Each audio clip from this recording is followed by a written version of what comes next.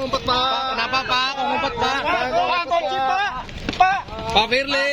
Saya tidak bisa berkata apa-apa lagi atas ngumpetnya Pak Firly kecuali satu kata, memalukan.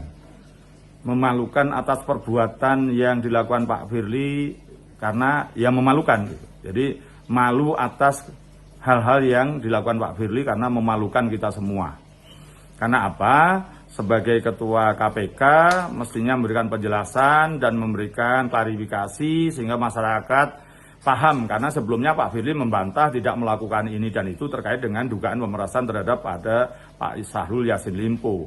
Tapi kenyataannya ketika dimintai keterangan yang pertama juga sudah ngumpet-ngumpet dan gagal diendus wartawan waktu datang maupun pulang. Tapi kemarin waktu pulang mampu diendus wartawan dan ngumpet di dalam mobil dan menutupi dengan tas maupun dengan masker. Ini betul-betul memalukan. Dan saya kira ini jangan terulang lagi di kemudian hari. Karena apa nyatanya ketua KPK yang mestinya dibanggakan ternyata cemen, ternyata mohon maaf agak istilahnya ini adalah banci begitu, tidak gentleman, gitu, tidak gentleman. Mestinya pertama beliau memberikan contoh pada masyarakat sebagai warga negara, menghormati hukum dengan cara memberikan keterangan sejelas-jelasnya kepada publik melalui media massa. Dan itu sebagai pendidikan hukum. Dan kedatangan dan kepulangannya itu dengan dinampakkan itu berarti perlakuan yang sama di hadapan hukum. Karena semua saksi ataupun tersangka yang datang maupun pulang dari kantor penyidik itu pada posisi yang memang melakukan proses-proses klarifikasi. Dan ini yang mestinya dilakukan oleh Pak Firly. Jadi persamaan hukum aja gitu. Dan Pak Firly ternyata meminta pada posisi kalau saksi atau tersangka di KPK malah diumumkan pada saat upaya paksa di depan wartawan, jumpa pers. Lah, kalau ini Pak Firly mestinya kan perlakuan sama yang hukum. Karena dikejar-kejar wartawan, mestinya ya menemui wartawan dan melakukan klarifikasi atau apapun namanya begitu.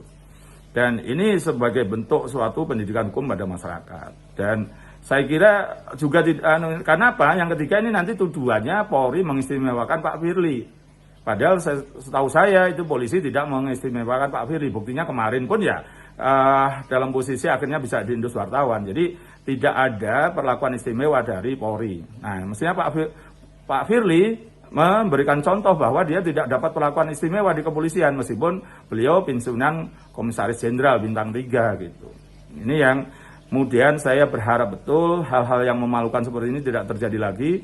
Dan nanti kalau ada pemeriksaan lagi dan lain sebagainya juga harus dilakukan di Polda saja, tidak perlu di Bareskrim. Bareskrim ini nampaknya menjadi perlakuan istimewa, itu apapun akhirnya polisi kelihatan memperlakukan istimewa, dipanggil 2 kali tidak datang, tidak ditangkap, dan kemudian minta di pemeriksaan Bareskrim dituruti. Dan ini terus terang aja juga mengecewakan. Apalagi hari ini Pak Firly melakukan rilis keterangan tertulis mengatakan bahwa dia menuntut keadilan, bahwa keadilan yang tertunda bukan keadilan. Nah, padahal saya tahu beberapa kasus di KPK ya banyak yang molor gitu, banyak yang mangkrak gitu.